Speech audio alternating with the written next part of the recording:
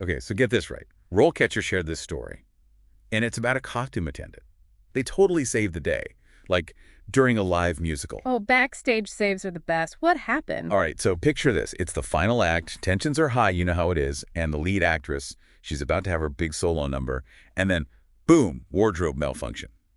Like a super critical seam rips right as she's making her big entrance. Oh no, that's like every performer's nightmare. The pressure in those moments must be unbelievable. Oh, but this costume attendant, they're thinking on their feet. They grab their emergency kit and get this. They do this quick, like practically invisible repair while the actress is changing sets. The audience had no idea. Wow, that's incredible. I mean, it really shows you like the kind of thinking and skills these professionals have. It's not just sewing, it's like problem solving under crazy pressure. Exactly. And that's kind of what we're diving into today, right? This whole world of the costume attendant. A lot of people don't even realize it exists. We're going beyond the seams, really understanding the role, the details, the challenges, all of it. Yeah, it's a world that often gets overlooked. Most people have no clue what goes on behind the scenes to make those characters come to life visually, I mean. Totally. It's way more than zippers and buttons. Yeah. RoleCatcher described it as like artistry meets practicality, you know? Yeah. You're responsible for making sure the costume designer's vision stays true, every fold, every button, perfect. Exactly. A costume attendant's like the guardian of those garments. It's got to fit perfectly, but also it's got to last through the whole production. And it's not just one costume. You're talking about, what, a whole cast's worth of outfits for Yeah. multiple shows or takes even. Oh, absolutely. Everything from like organizing fittings to those small repairs, handling super delicate old pieces, even like what happens after a muddy fight scene, they deal with that. Whoa, I didn't even think of that. Talk about attention to detail. Speaking of which, RoleCatcher had this whole thing about the hierarchy in the wardrobe department. I had no idea it was so structured. Oh, yeah, for sure. It's not just one job title. You can start as a costume assistant. That's a lot of the hands-on stuff, getting fittings ready, helping with quick changes, keeping everything organized. It's a great way to learn, you know, work your way up. So it's like an apprenticeship, but in the theater and film world. Makes sense. What comes after that? Well, once you've got experience, if you're good at organizing, you could become a costume coordinator. They're like the air traffic control of wardrobe, Okay. overseeing the whole department, managing the budget, scheduling those fittings, and making sure every single costume piece is where it needs to be, ready for its close-up. Wow, that's a huge responsibility, especially on a big production. You'd need incredible organization skills and be able to stay calm under pressure. Absolutely. You need all that to manage a big production. Makes you think of what RoleCatcher said about those crazy hours. Yeah. You know, unpredictable, long. Yeah.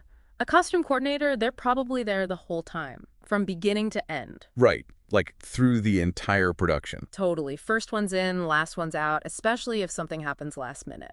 Which, let's face it, in theater and film, probably happens all the time. Oh, all the time.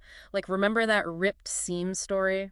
That costume attendant saved the day, but the coordinator, they're the ones up all night making sure it doesn't rip in the first place if they can help it. That's a good point. So not just organizing, but like predicting problems too. Exactly. And if they've worked their way up, you know, started as an assistant, they know how to fix things fast when they need to. And that helps with managing people too, right? It's Mhm. not like a coordinator's on their own. No way. They've got a whole team, assistants, technicians, everyone in delegating, leading.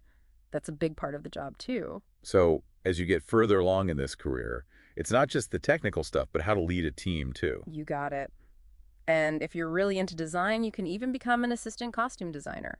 Oh, right. RoleCatcher mentioned that. What does that actually involve? Sounds more creative. Totally.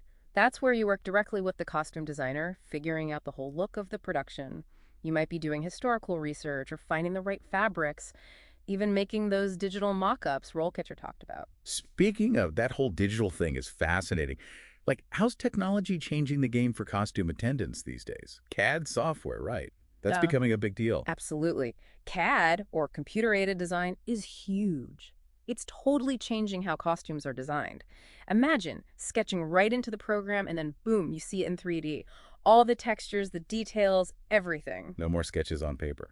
Well, there's still that, but with CAD, costume attendants can make these super detailed blueprints, and everyone gets a copy cutters, sewers, even the actors. Wow, that's efficient. Do you need special training for that, or is it Yeah. more like learning on the job? Lots of design schools are teaching it now. But there are courses and workshops too if you want to add it to your skills. And Mhm. yeah, a lot of it is on-the-job learning. It really is amazing how tech is everywhere now, even costume design. It's true. And it's not just for new stuff, it's helping to preserve old costumes too, which is really cool. How so? Museums and archives are using those high-res scans, 3D modeling, to make copies of really fragile pieces. That way, they can be studied without being damaged. That's incredible. Like a digital fashion museum? Exactly. It's amazing for researchers, designers, anyone interested in how fashion has changed, and it's all thanks to technology. So, we've talked about the career path, the skills, the tech, but what about like the type of person who does well in this job? RoleCatcher mentioned that too, right? They did. Like those sample interview questions, what happens when a costume breaks right before the show? That kind of thing. Exactly. High pressure situation. What do you think? What makes someone good at handling that? Well, they've got to think fast, be resourceful, and definitely not panic easily. For sure. And because you're always working with other people, designers, actors, the crew, you need good communication skills. You got to take direction, explain things clearly, and sometimes even be the calm one when things get stressful. So you need creativity, technical stuff, and people skills. Absolutely. And don't forget a passion for storytelling, for how costumes can transform someone. That's a good point. Yeah. It's not just clothes. It's about bringing a character to life. That must feel amazing to see your work up on stage or screen. Right. Makes you see those costume credits differently, huh? Like there's a whole team behind every outfit, not just one person. It really does.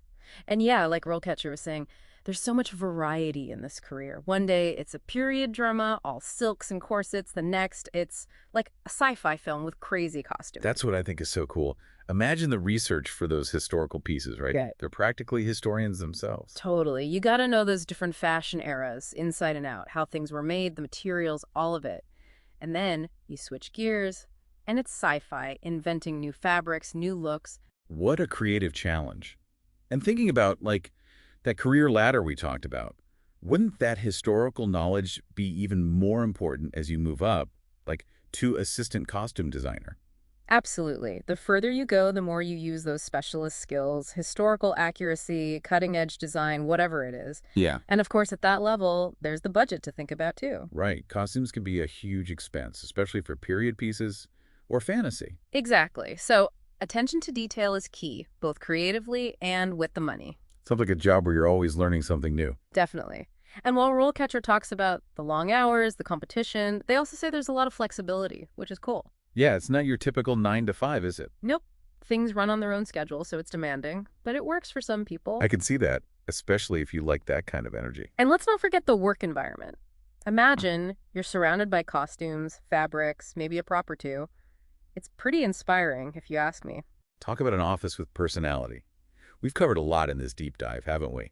The small details, the big picture, all of it. It's really made me appreciate the skill that goes into this job, you know? It's Yeah. not something you think about much as a viewer. Definitely.